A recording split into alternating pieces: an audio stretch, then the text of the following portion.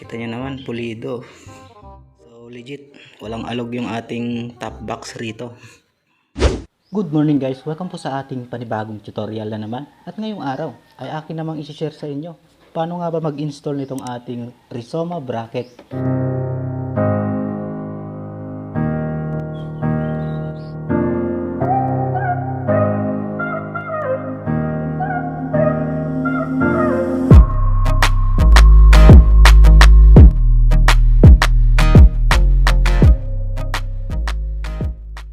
Dito sa ating Honda Click 125i.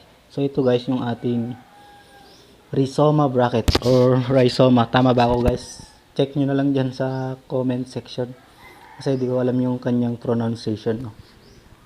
So ito guys yung ating Rizoma bracket para sa ating top box ng ating Honda Click 125i. Okay? Yan. So pulido siya guys no. So sana nakikita nyo. So pasensya na kasi nga wala tayong ilaw. Ring light lang talaga.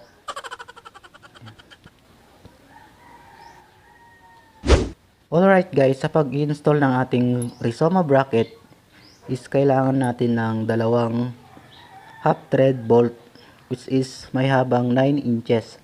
Okay? So dito guys sa side natin ilalagay ito no. Dito. Tapos dito sa kanyang gitna is kahit yung itong stock na lang. Kasi sakto lang yung kanyang butas dito.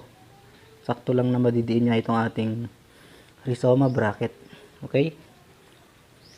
So yung iba kasi guys na Honda Click users is tinatanggal nila itong kanilang grab bar. Itong stock ng kanilang Honda Click 125i. So para sa akin guys, hindi magandang tignan kapag tinanggal itong stock grab bar at ilalagay itong top box bracket, no? So hindi recommended guys. Parang pangit tignan, ganun na rin 'yun. Kasi yung stock nito guys is nasa 7 inches lang. Kaya bitin, hindi niya maabot yung thread dito sa loob. Okay? So kailangan din natin ng dalawang flat washer na ilalagay natin dito. Okay? So, tara. Simulan na natin. Ayan guys, kailangan lang natin ng L-range 12mm socket. Yan, L-range socket guys. Okay?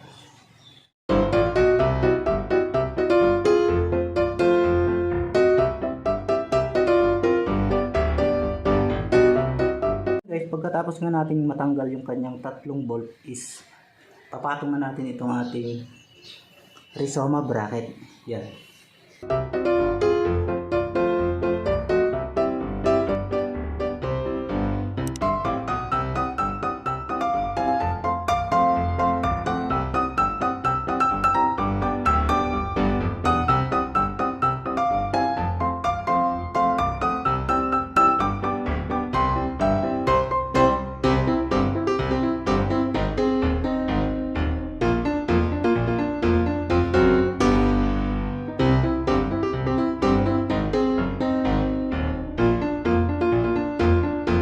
So ito na nga guys yung ating Rizoma bracket na ipinatong natin dito sa stock grab bar ng ating Honda Click 125i.